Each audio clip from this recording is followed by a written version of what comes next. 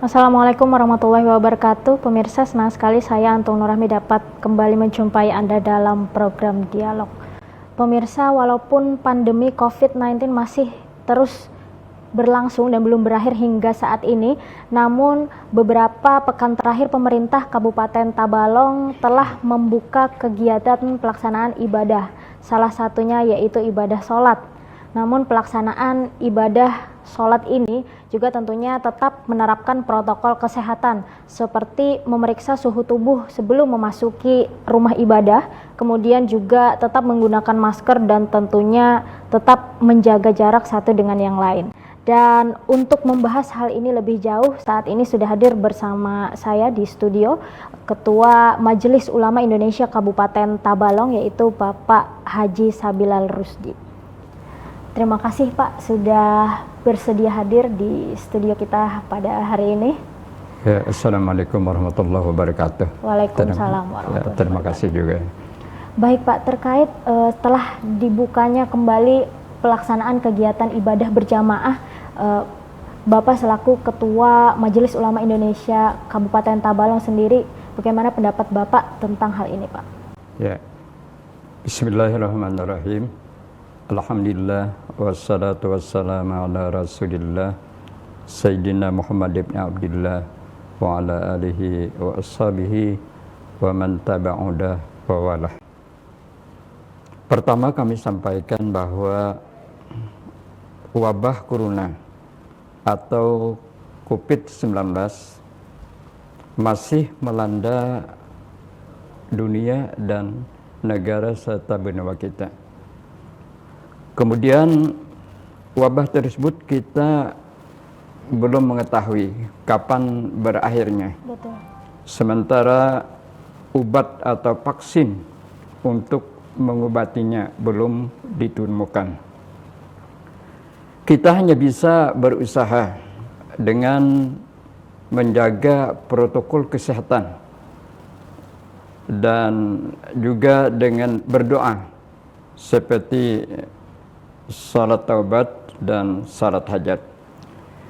Menangkal dengan menerapkan protokol kesehatan itu adalah sebagai usaha lahir kita, dan melalui doa, salat taubat dan salat hajat itu adalah usaha ikhtiar kita.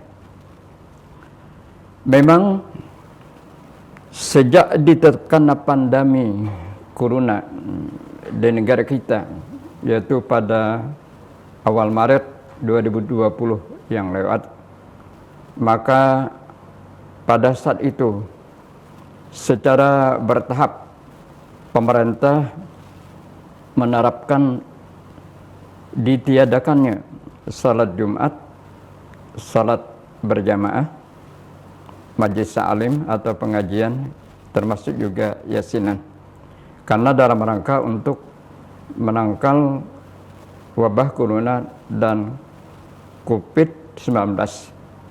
Dengan langkah dan upaya itu diharapkan kita dapat terhindar dari penyebaran dan penularan COVID-19. Sejak bulan Maret itu sampai sekarang, berarti lebih kurang 3 bulan lebih, kita menutup atau meniadakan kegiatan salat Jumat, salat berjamaah, kegiatan pengajian. Dan kita sekarang melalui upaya yang ditempuh oleh pemerintah mencoba untuk membuka tatanan baru atau bisa new normal, dengan pengertian bahwa dibukanya kegiatan keagamaan seperti salat berjamaah, salat Jumat itu dilakukan dengan tetap menerapkan protokol kesehatan. Artinya di satu pihak kita beraktivitas, bekerja, beribadah, tapi di lain pihak kita tetap dengan menerapkan protokol kesehatan. Itulah yang disebut dengan tatanan baru. Nah, dalam istilah sekarang ada yang mengatakan umat produktif tapi tetap aman dari COVID-19. Kami sebagai Ketua Majelis Ulama Indonesia tentu menyambut baik dibukanya kembali kegiatan keagamaan ini. Ini berarti kerinduan masyarakat untuk kembali beribadah sebagaimana biasa, walaupun harus dengan menerapkan protokol kesehatan, akan dibuka kembali. Dibukanya kegiatan ibadah ini adalah setelah melalui rapat gugus tugas pencegahan penanganan COVID-19, yaitu rapatnya kemarin tanggal 10 Juni 2020 di Pendopo, yang kebetulan waktu itu dihadiri oleh gugus tugas COVID-19 yang juga dihadiri oleh sejumlah pengurus atau panitia masjid, dihadiri juga oleh organisasi Nahdlatul Ulama dan Muhammadiyah Cambang Tanjung, dan juga tokoh-tokoh agama dari Islam, dari Kristen, dari Katolik, dari Hindu hadir. Dengan demikian dibukanya tempat ibadah ini bukan saja di lingkungan masjid bagi umat Islam, tetapi juga di lingkungan gereja, pura, dan vihara. Dengan dibukanya itu berarti pemerintah telah berupaya untuk kembali menghidupkan suasana kehidupan, cuma dengan syarat penerapan protokol kesehatan yang baik sesuai yang dianjurkan oleh pemerintah. Dengan dibukanya itu, maka berarti pengurus masjid diharapkan dapat melengkapi dan menyempurnakan segala kelengkapan yang menunjang untuk protokol kesehatan. Jadi rapatnya itu tanggal 10 langsung dikeluarkan keputusan Bupati nomor 304 tanggal 10 Juni 2020. Kemudian dibukanya pada tanggal 12 Juni 2020. Itu barangkali sebagai pembukaan. Artinya kita menyambut baik usaha itu, artinya diberikan kepada umat beragama, umat Islam dan umat yang lain untuk beribadah, cuma dengan syarat tadi menerapkan protokol kesehatan sesuai yang dianjurkan. Ya, itu. Artinya memang ada pemerataan untuk pembukaan kembali kegiatan ibadah ya Pak di Kabupaten Tabalong khususnya. Baik, namun tak lupa juga untuk menerapkan protokol kesehatan begitu Pak. Baik Pak, selanjutnya terkait dengan hal tersebut, bagaimana peran Majelis Ulama Indonesia Kabupaten Tabalong sendiri terhadap penerapan new normal tadi Pak untuk kegiatan peribadahan? Peran daripada Majelis Ulama Indonesia terhadap new normal ini, terutama dari segi organisasinya dulu, Majelis Ulama Indonesia Kabupaten Tabalong itu terlibat aktif dalam kepengurusan gugus tugas pencegahan penanganan COVID-19, yaitu ditempatkan sebagai penasihat. Nah, sebagai penasihat. Sebagai penasihat tentu setiap kali rapat paripurna, Majelis Ulama Indonesia selalu diundang dan dilebatkan. Bahkan juga dimintakan pendapatnya dan pengarahannya. Di samping itu, peran Majelis Ulama Indonesia tidak saja dalam rangka untuk mensukseskan pencegahan penanganan COVID-19 ini, tetapi juga berperan aktif dalam rangka menginformasikan, memberikan penyuluhan kepada masyarakat, baik melalui seruan bersama Kemenak, edaran Majelis Ulama Indonesia maupun dalam sunan bersama, baik yang terkait dengan peniadaan salat Jumat, namun juga dalam hal anjuran untuk melaksanakan salat tubat dan salat hajat, sehingga langkah yang kita lakukan, upaya yang kita lakukan itu tidak saja usaha ikhtiar lahir, tetapi juga kita melakukan ikhtiar batin. Kemudian juga dalam hal normal ini, Majelis Ulama Indonesia melakukan kunjungan ke kecamatan, mengkoordinasikan tentang meniadakan salat Jumat dan juga membukanya kembali. Mungkin bersama dengan seksi penyuluhan nanti akan melakukan audiensi kunjungan ke beberapa tokoh agama Islam yang berada di kecamatan untuk meminta dukungan mereka tentang penerapan new normal ini. Baik, tahan sejenak dulu, Pak. Baik pemirsa, jangan kemana-mana, tetap di program Dialog.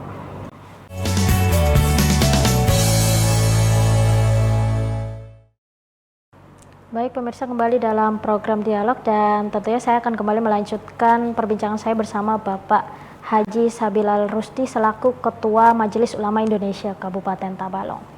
Bapak, tadi kita membahas tentang penerapan protokol kesehatan juga tentunya yang mengiringi juga dibukanya kembali kegiatan ibadah di Kabupaten Tabalong ya Pak ya. Terkait hal ini bagaimana seharusnya, apa yang harus diperhatikan dari baik itu jamaah maupun juga pengurus masjid, protokol kesehatan yang bagaimana yang harus mereka lakukan untuk melaksanakan sholat berjamaah itu Pak? Iya.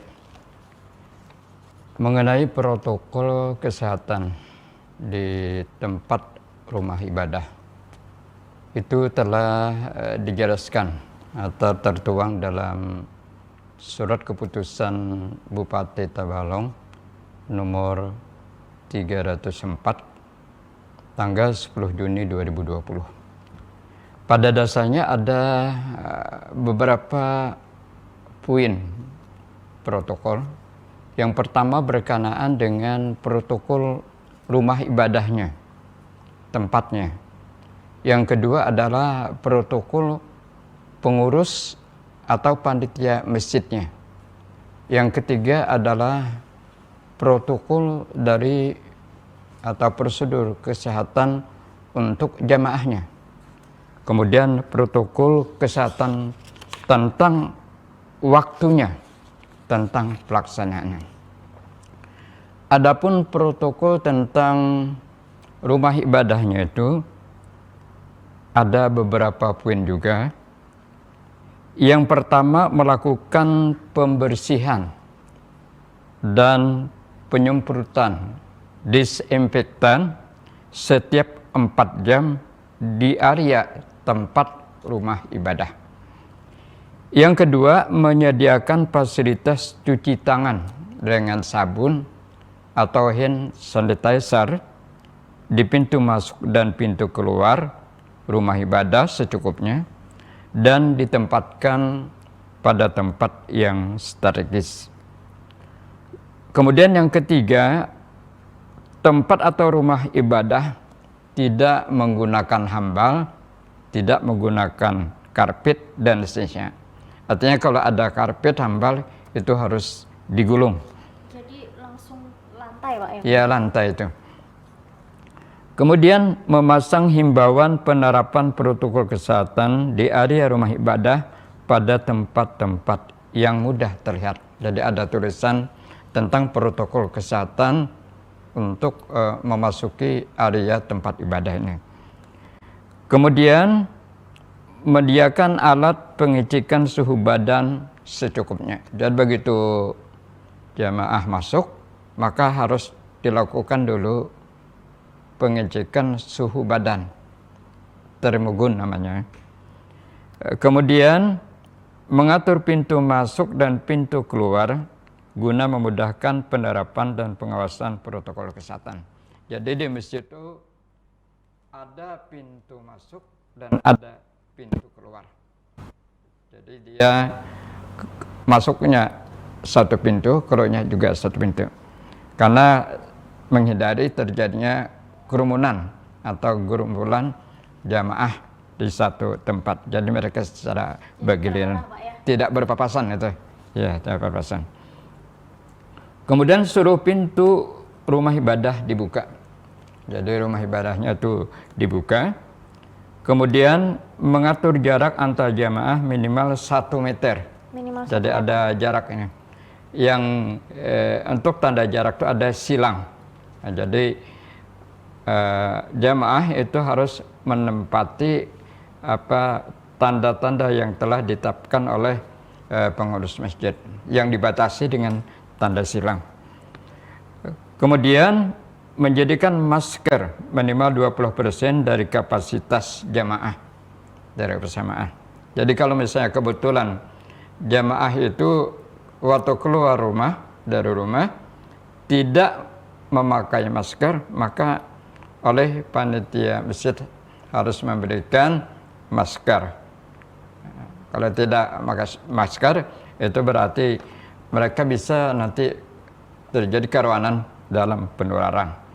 Kemudian menyediakan kantong plastik secukupnya untuk alas kaki. Jadi sebaiknya jamaah itu membawa kantong plastik, kemudian sandal atau alas kaki itu dimasukkan ke dalam plastik. Ya, dalam Jadi plastik. tidak tertumpuk seperti biasanya Pak Ya, ya? tidak biasanya. Ya. Kemudian B ya, terus saya mungkin. Ya, besar lagi. Ini protokol untuk pengurus atau penanggung jawab tempat rumah ibadah. Menyiapkan petugas untuk melakukan dan mengawasi penerapan protokol kesehatan di area tempat ibadah. Ini kami kira ini adalah hal yang penting, hal yang prinsip. Pertama, adanya petugas pengawas masker.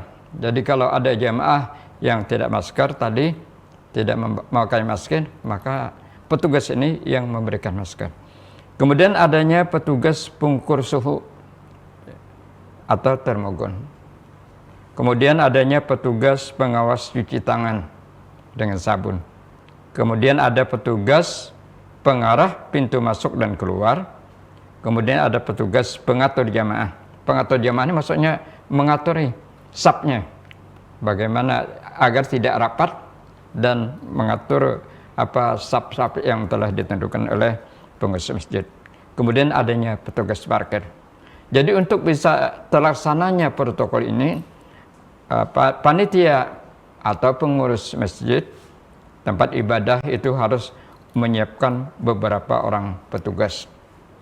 Kalau petugasnya satu orang bisa kewalahan. Kewalahan Pak ya, jadi memang harus ada beberapa petugas yang Iya, ada beberapa petugas. Ya, ini adalah yang standar supaya memudahkan penerapan dari protokol kesehatan ini, sehingga rumah ibadah dapat menerapkan dengan baik. Yang kedua, memastikan semua peserta yang hadir dalam kondisi sehat.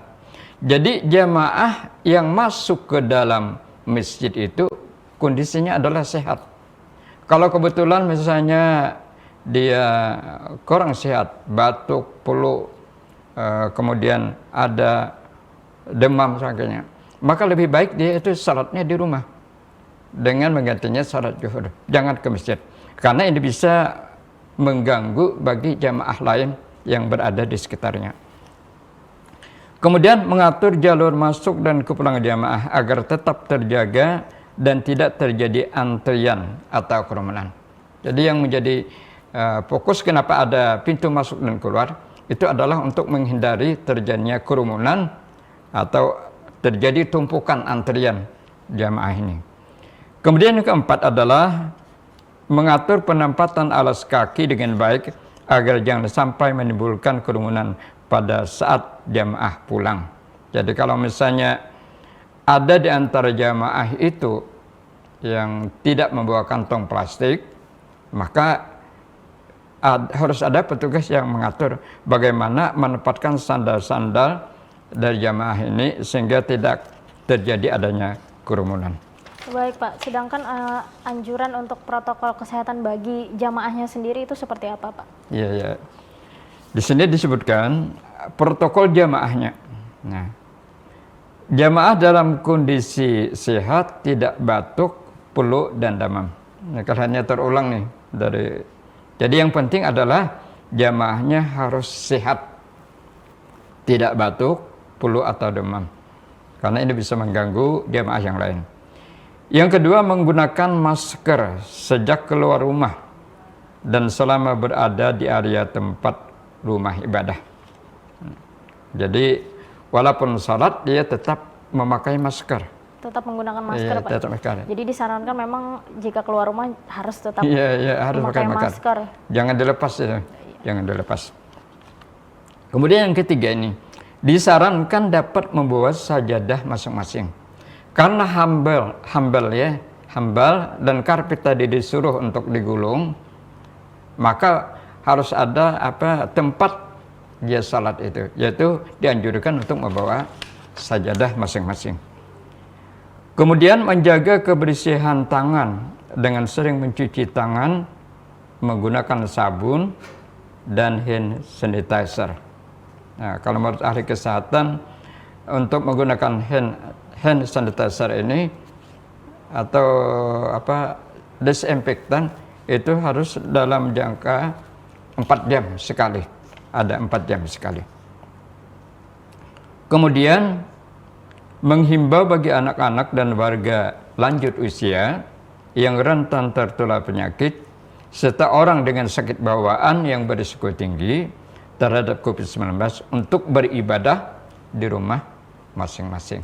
Jadi kalau misalnya anak-anak kemudian lanjut usia yang rentan tertular penyakit COVID-19 ini, maka sebaiknya dia salat di rumah saja, yaitu salat zuhur. Jadi, karena hari Jumat. Kalau di masjid salat diri Jumat sendiri Pak ya. Iya. Jadi diganti. jika memang merasa kurang sehat atau kurang enak badan, sebaiknya untuk tetap melaksanakan sholat di rumah saja diganti dengan betul. sholat zuhur. Termasuk yang anak-anak dan juga. Lansia, misalnya umur yang 60 ke atas. Ya, artinya tadi antara protokol kesehatan dari jamaah sendiri dan juga protokol kesehatan dari petugas masjid itu relate Pak ya? Iya, betul. Baik Pak, terkait tentang pelaksanaan ibadah sholat berjamaah, biasanya kan sebelum memulai sholat berjamaah sendiri, imam menyampaikan bahwa silahkan rapatkan safnya. Nah, sedangkan di saat kondisi pandemi COVID-19 ini kan kita harus disarankan untuk menjaga jarak minimal 1 meter Pak ya? Iya, betul. Nah, bagaimana kita bisa menyikapi hal ini Pak? Iya. Memang di dalam ajaran Islam, dalam salat itu harus safnya itu rata dan rapat. Itu adalah asal daripada hukum dalam Islam. Ada di dalam sebuah hadis yang selalu diucapkan oleh imam sebelum dia memulai salat Jumat. Sawu sufufakum fa inna taswiyatas sufufi min tamamis salah.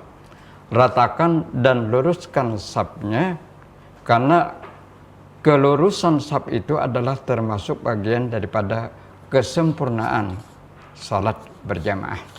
Nah, ini berarti menganjurkan supaya safnya itu adalah rata, kemudian lurus. Tapi ada lagi yang mengatakan saf itu adalah rapat. Nah, dalam sebuah kitab Nihayatul Mu'tazad ila Syarhil Minhaj juz 12 halaman 197 dikatakan, fa inna taswiyata supufi min tamamis salah kama warada fil hadis bihilafi tarkit tahati fa innal imama yusannu lahu adamu ihtiramihi hatta yusawwiya baina sufufihim. In kana ta'ahrum an saddil purjati li'ajrin kawatil harri bil masdi lam yukrah li adami taksir. Nah, kalau kita artikan ini, meluruskan saf atau barisan itu termasuk kesempurnaan salat berjamaah. Hal ini berbeda dengan saf yang tidak teratur. Maka imam disunatkan meluruskan saf sebelum takbiratul ihram.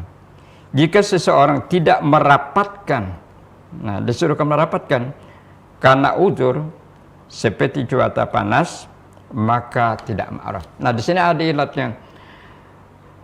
Saf yang tidak rapat, kemudian yang tidak lurus karena keadaan cuaca panas, maka itu tidak ma'ruf.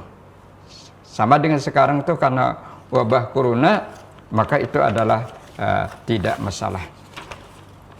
Kemudian ada lagi yang mengatakan dalam sebuah kitab Dalilul Falihin juz 6 halaman 573, wa an Anas radhiyallahu anna Rasulullah sallallahu alaihi wasallam qala rassu sufufakum ay hatta la yabqa biha purjatun wala halalun wa qaribu bainahuma.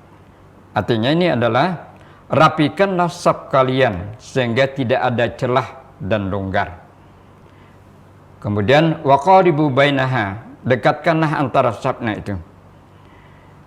Fa in ba'da saffun amma qablahu aw aksara min zalika karuha lahum wa fatahum badilatul jamaah haitsula ujra min hurrin aw bardin syadidin. Nah, jika saf itu berjarak renggang, nah kan dalam keadaan wabah corona, jika saf berjarak renggang dari saf sebelumnya, maka itu makruh dan lepas daripada keutamaan salat berjamaah. Kecuali, nah dari sini, kecuali ada uzur seperti panas atau dingin sekali. Nah jadi pada prinsipnya menjarangkan saf dalam keadaan wabah corona itu dalam Fatwa Majelis Ulama Indonesia nomor 31 tahun 2020 itu adalah safnya boleh renggang, salatnya sah, dan tidak kehilangan keutamaan berjamaah. Alasannya itu adalah karena hajat syar'iyah namanya, hajat syar'iyah. Jadi saf yang renggang itu boleh, salatnya sah, dan tetap mendapatkan keutamaan berjamaah karena bagian daripada hajat syar'iyah. Berarti bisa kita simpulkan bahwa sebenarnya merenggangkan saf dengan jarak kurang lebih 1 meter tadi, karena kita menerapkan physical distancing tadi Pak ya, betul. Itu sah-sah saja karena kita dalam keadaan uzur, bisa dikatakan seperti itu Pak. Baik, terkait ada juga yang mengatakan karena hajat syariah. Jadi karena ujur, dan juga ada yang mengatakan karena hajat syariah. Baik Pak, mungkin kita tahan sejenak, nanti kita akan kembali melanjutkan perbincangan. Baik pemirsa, jangan kemana-mana, kami akan kembali setelah ini.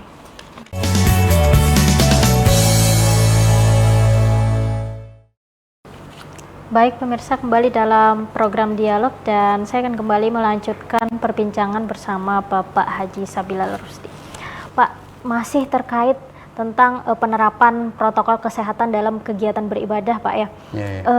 Kalau tadi kita sudah membahas tentang bagaimana menjaga jarak, merenggangkan saf dalam keadaan pandemi ini. Sekarang saya ingin bertanya bagaimana jika sholat itu, karena kita diwajibkan untuk memakai masker Pak ya, apakah sholat itu tetap sah karena sebagian dari wajah kita tertutup Pak? Iya betul. Dalam keadaan pandemi memang kita dianjurkan untuk memakai masker.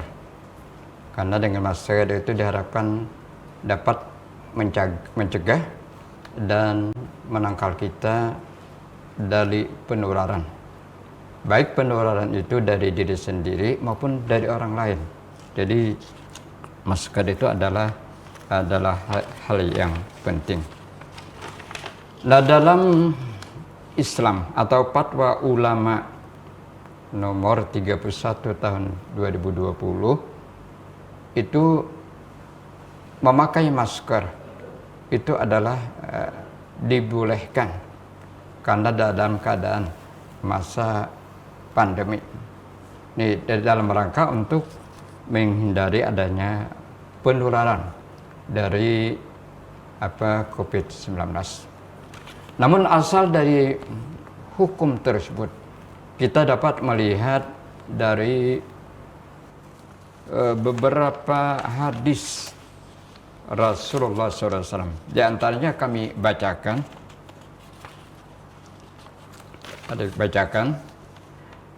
An Abi Hurairah qala naha Rasulullah sallallahu alaihi wasallam ayyughtiya al-yuratya rajulu fahu bisalati. Rasulullah sallallahu alaihi wasallam melarang seseorang menutup mulutnya saat salat. Itu rawahu Ibnu Majah. Jadi asal sebuah hukum itu kita tidak dibenarkan untuk menutup mulut saat salat. Dalam hadis yang lain juga dikatakan menurut Imam Al-Mawardi itu dalam kitab Al-Hawil Kabir juz 2 halaman 126, Fa'ammal jabhatu wal ampu fafarada sujuda muta'alliqun bil jabhati dunal ampi fa in sajada ala jabhatihi ajza'ahu wa in sajada ala ampihi lam yuzihi. Wa qala Ikrimah wa Sa'id bin Jubair fardu sujudi muta'alliqun bil jabhati wal am wa in sajada ala ahadihima lam yuzihi hatta yasjuda 'alaiha ma'an. Sebenarnya kewajiban sujud itu terkait ada hubungannya dengan dahi, bukan pada hidung.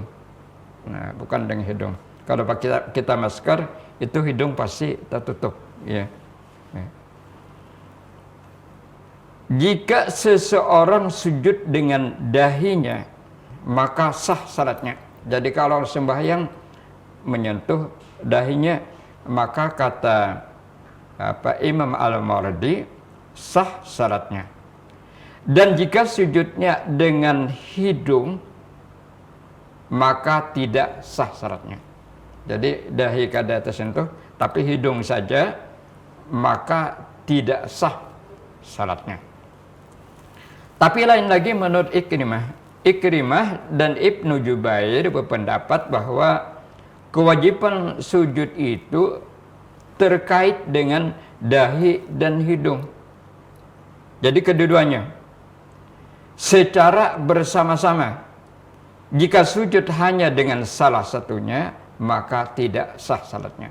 Jadi kalau sembahyang itu hanya karena dahinya atau karena hidungnya, maka menurut Ikrimah dan Jubair sembahyangnya atau syaratnya itu tidak sah. Nah, terkait dengan keadaan wabah corona COVID-19 ini, maka fatwa ulama mengatakan bahwa menggunakan masker yang menutup hidung saat salat hukumnya boleh. Nah, kami ulangi lagi, menggunakan masker yang menutup hidung saat salat hukumnya boleh. Dan salatnya sah karena hidung tidak termasuk anggota badan yang harus menempel pada tempat sujud saat salat. Nah, dalam agama Islam ada 7 anggota yang harus menyentuh lantai ketika sujud. Nah, pertama adalah dahi. Tadi ada yang mengatakan dahi dan hidung. Ada juga yang mengatakan cukup dahi saja. Yang kedua adalah telapak tangan. 3 sudah 2 telapak tangan. Yang ketiga adalah ujung lutut. Kemudian ujung kaki. Jadi dalam sujud itu harus ada menyentuh 7 anggota. 7 anggota 2 tubuh. ujung kaki, 2 ujung lutut, Telapak tangan 2 telapak tangan dan dahi atau hidung. Ada yang mengatakan kedua-duanya. Nah, dalam keadaan COVID-19 pandemi ini, memakai masker itu adalah boleh, salatnya sah, dan juga mendapat pahala dari Allah Subhanahu wa taala. Kemudian menutup mulut lang. Menutup mulut saat salat hukumnya makruh. Itu yang asal tadi kan. Nabi melarang untuk menutup mulut pada saat kita salat. Tetapi kan ada hajat syar'iyyah, keadaan pandemi, salat dengan memakai masker dan menutup mulut untuk mencegah penularan wabah COVID-19 hukumnya sah dan tidak makruh. Nah, jadi dasarnya, alasannya itu adalah karena hajat syar'iyyah. Jadi pada prinsipnya adalah boleh memakai masker. Jadi bisa kita simpulkan bahwa menggunakan masker saat sholat itu kita sholatnya tetap sah Pak ya, karena dahi kita tetap menyentuh tempat lantai. kita sujud betul, karena hajat syariah tadi Pak ya. Iya, betul, Begitu. betul. Baik Pak, jika seandainya dalam keadaan sholat Jumat ternyata jumlah jamaah itu membludak dan tidak memungkinkan untuk kapasitas masjid memadai untuk semua jamaah yang datang, itu kira-kira bagaimana Pak? Apakah boleh jika diadakan 2 shift ya? bersip? Iya. Betul. Memang dengan diterapkannya dalam salat itu di masa pandemi ini, safnya itu jarang, renggang, sehingga kapasitas atau daya tampung dari masjid itu akan berkurang jadinya. Ya, yang asalnya daya tampungnya misalnya 100, itu bisa menjadi 50 saja lagi. Ya, 50.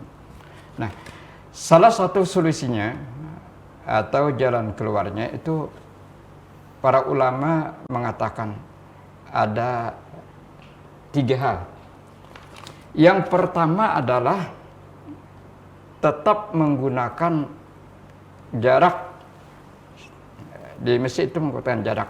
Kalau kebetulan masjidnya besar, jamaahnya sedikit, itu kan daya tampungnya muat. Seperti Wadatus Salihin itu termasuk besar. Dia bisa menggunakan halaman masjid. Dan kami lihat di Tabalong ini, walaupun diterapkan dengan social distancing, jaga jarak, tapi masjidnya itu masih kawah menampung jamaah. Masih memadai kapasitas Pak ya? Memadai menampung jamaah. Kemudian jalan keluar kedua, jadi tetap menggunakan yang pertama, yaitu dengan menggunakan jarak tadi. Yang kedua adalah fatwa ulama pusat. Jalan keluarnya itu adalah menggunakan masjid yang telah ditentukan. Apabila jamaahnya melimpah dan banyak, itu bisa menggunakan tempat lain untuk menggunakan salat Jumatnya. Biasanya jamaahnya banyak sekali sehingga masjid itu tidak tertampung. Maka dia mencari tempat yang lain, bisa aula, bisa tempat yang lain untuk digunakan salat Jumat. Karena dalam Islam itu mau salat Jumat di mana saja boleh. Apalagi masa pandemi ini, Ya, jadi aula bisa digunakan. Itu dalam fatwa MUI pusat. Kemudian jalan ketiga itu adalah dengan jarak shift tadi. Dengan jarak shift tadi, yaitu dalam suatu masjid pelaksanaan salat Jumat 2 kali. Nah, 2 kali. Itu seperti fatwa dari Majelis Ulama Indonesia di KI Jakarta. Nah, itu alasannya mungkin karena darurat ya. Dan jadi dilaksanakan 2 kali Jumat. Tapi ada yang mengatakan bahwa salat Jumat dengan pakai shift itu tidak sah.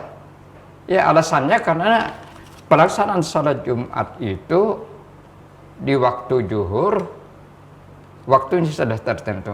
Apabila dilakukan 2 shift berarti dia sudah melewati waktu zuhur yang ada. Shift yang kedua waktunya Ya, sudah terlampau lama Pak ya. Ya. Tapi MUI DKI, Majelis Ulama Indonesia DKI berpendapat alasannya itu adalah karena darurat. Nah, untuk ad-daruratu tubihul mahjurat. Kemudaratan itu membolehkan sesuatu yang dilarang. Ya, jadi boleh saja. Jadi banyak yang mengatakan bahwa itu karena alasan darurat. Ada lagi yang mengatakan al-masyaqqatu tajlibut taysir. Kondisi yang sulit, yang sukar itu mengundang datangnya kemudahan. La darara wa la dirar, tidak boleh membiarkan maupun melakukan kemudaratan. Jadi masing-masing punya alasan yang penting. Tapi melihat kondisi tempat ibadah di Tabalong tidak sampai mengakibatkan adanya 2 shift jamaah tadi Pak yang ya. berlebihan. Jadi pada prinsipnya boleh kita menggunakan shift, tapi dengan keadaan yang sangat darurat sekali. Jadi namun pada kesimpulannya di Kabupaten Tabalong sini masih kapasitasnya masih bisa untuk tetap melakukan sesuai waktunya Pak ya. Iya, betul. Jadi tidak perlu untuk melakukan 2 shift. Betul. Apalagi di desa-desa. Saya sering salat Jumat di desa-desa. Itu masjidnya besar, jamaahnya sedikit. Ya, paling kalau jamaah itu separuh masjid, yang terseparnya masih kosong. Jadi alhamdulillah masih memadai Sekarang Pak ya. sudah besar-besar jemaah masjidnya atau tempat ibadah. Ya. Baik Pak, mungkin kita kurang lebih beberapa waktu lagi akan melaksanakan Hari Raya Idul Adha begitu. Ya, betul. Himbauan seperti apa mungkin Pak yang ingin disampaikan kepada pengurus masjid terkait pandemi COVID-19 ini dan kita juga menerapkan protokol kesehatan?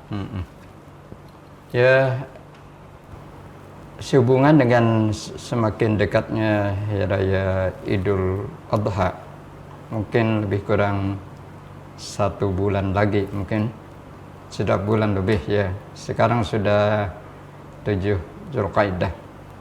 Kalau Hari Raya itu 10 Zulhijjah. Maka kami menganjurkan atau menghimbau bahwa ibadah kurban itu adalah ibadah sunat. Itu dasarnya adalah ayat Al-Quran yang mengatakan dalam surah Al-Kautsar itu, Inna a'tayna kal kautsar fasalli li rabbika wanhar. Fasalli li rabbika wanhar. Inna a'tayna kal kautsar. Sesungguhnya kami berikan kepadamu nikmat yang besar. Jadi Al-Kautsar itu ahli tafsir ada mengatakan nikmat yang besar. Ada juga yang mengatakan Al-Kautsar itu adalah telaga atau sungai yang berada di surga. Ada juga yang mengatakan Al-Kautsar itu adalah pengetahuan dan Al-Quran. Ada juga yang mengatakan Al-Kautsar itu adalah kenabian, an-nubuwah. Tapi kalau kita artikan di sini, kami berikan kepadamu nikmat yang besar. Karena kita mendapatkan nikmat yang besar, fasalli li rabbika, maka hendaklah kamu salat karena Tuhanmu, wanhar, dan berkorbanlah. Nah, Nah, dalam sebuah hadis juga dikatakan ayyamun nahar, hari-hari korban itu adalah Yaumul Idul Adha wa salastu ayyamin ba'dah. Nah, yang disebutkan hari penyembelihan itu adalah hari raya Idul Adha, kemudian 3 hari sesudahnya yang dikenal dengan hari Tasyrik. Nah, berkenaan dengan Idul Adha itu biasanya kita dianjurkan untuk menyembelih hewan korban, bagi yang mampu. Karena kita berada di pandemi corona, maka kepada petugas korban, panitia korban, agar menerapkan protokol kesehatan. Artinya semua panitia korban itu harus memakai masker.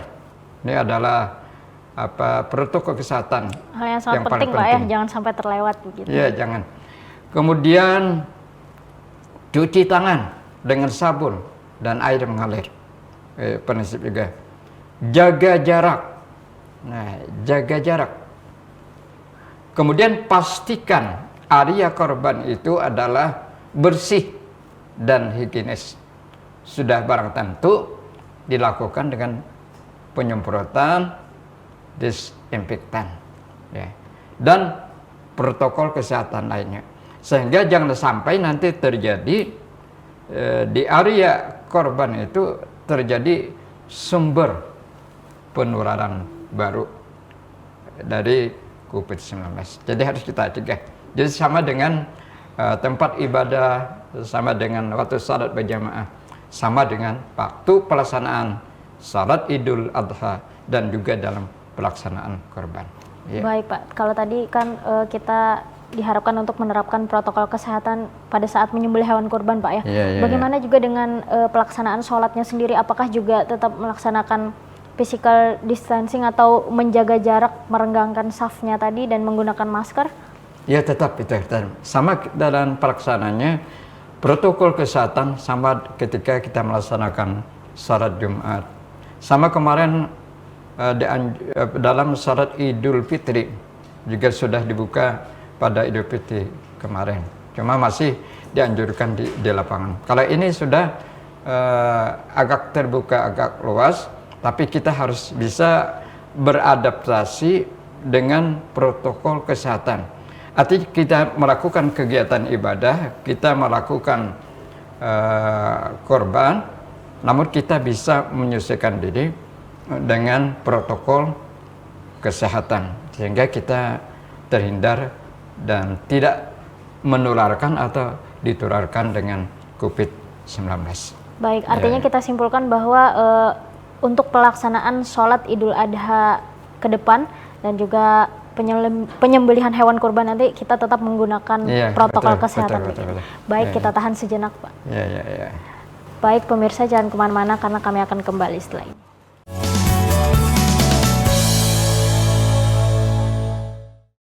Baik pemirsa, kembali dalam program Dialog, dan Pak Haji Sabila Rusdi, tentu tadi kita sudah membahas panjang Pak ya tentang penerapan protokol kesehatan dengan dibukanya kembali kegiatan peribadahan di rumah ibadah begitu ya Pak ya. Baik Pak, mungkin harapan dari Bapak dan juga pesan mungkin kepada pengurus masjid dan juga jamaah di luar sana mungkin terkait protokol kesehatan pada pelaksanaan ibadah ini. Ya, sebenarnya ada 3 hal yang kami himbau baik kepada umat Islam, jamaah masjid, jamaah langgar, dan juga kepada pengurus masjid dan kepada kita sekalian pada umumnya. Yang pertama adalah gunakan protokol kesehatan sebagai kebiasaan dalam keseharian kita, baik ketika bekerja, beribadah, maupun beraktivitas lainnya, sehingga dengan demikian kita aman dari penularan wabah corona atau COVID-19. Kemudian kedua, untuk keamanan masjid dan tempat ibadah dari penularan COVID-19, maka kepada pengurus pengelola masjid agar menjaga, melengkapi, dan menyempurnakan alat yang diperlukan bagi kebersihan masjid, misalnya dengan menyiapkan masker, persiapan kalau ada jamaah yang tidak membawa masker, kemudian juga pengukur suhu badan, kemudian juga melakukan penyemprotan disinfektan sesuai dengan ketentuan kesehatan, kemudian fasilitas cuci tangan dan sabun serta air mengalir. Sehingga dengan langkah dan upaya kita ini diharapkan di samping jamaahnya atau mereka yang datang ke masjid itu aman dari COVID-19, juga tempat ibadahnya juga dilakukan kebersihan, terjaga kebersihannya dan aman dari COVID-19.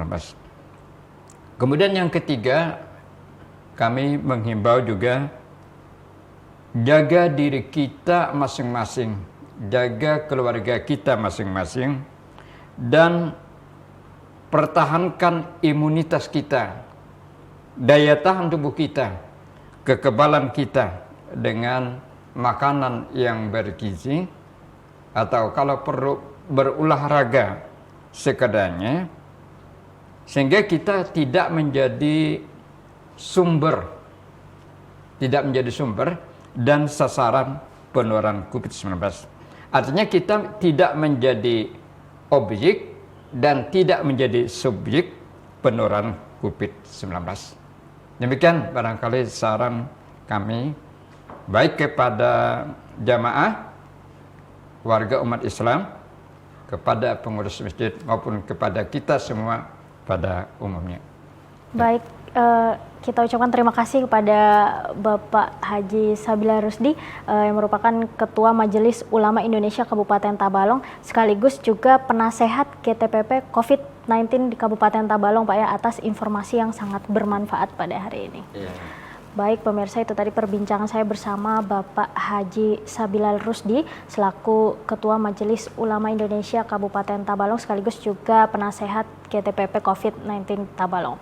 Dan pemirsa, kami himbau sekali lagi kepada Anda untuk tetap menggunakan masker jika berada di luar ruangan, kemudian juga tetap mencuci tangan menggunakan sabun dengan air mengalir, dan juga jangan lupa untuk tetap menjaga jarak satu dengan yang lain agar kita bersama-sama cepat memutus mata rantai penyebaran COVID-19. Saya Antun Nurrahmi beserta kru yang bertugas undur diri, kami mengucapkan terima kasih. Wassalamualaikum warahmatullahi wabarakatuh. Waalaikumsalam.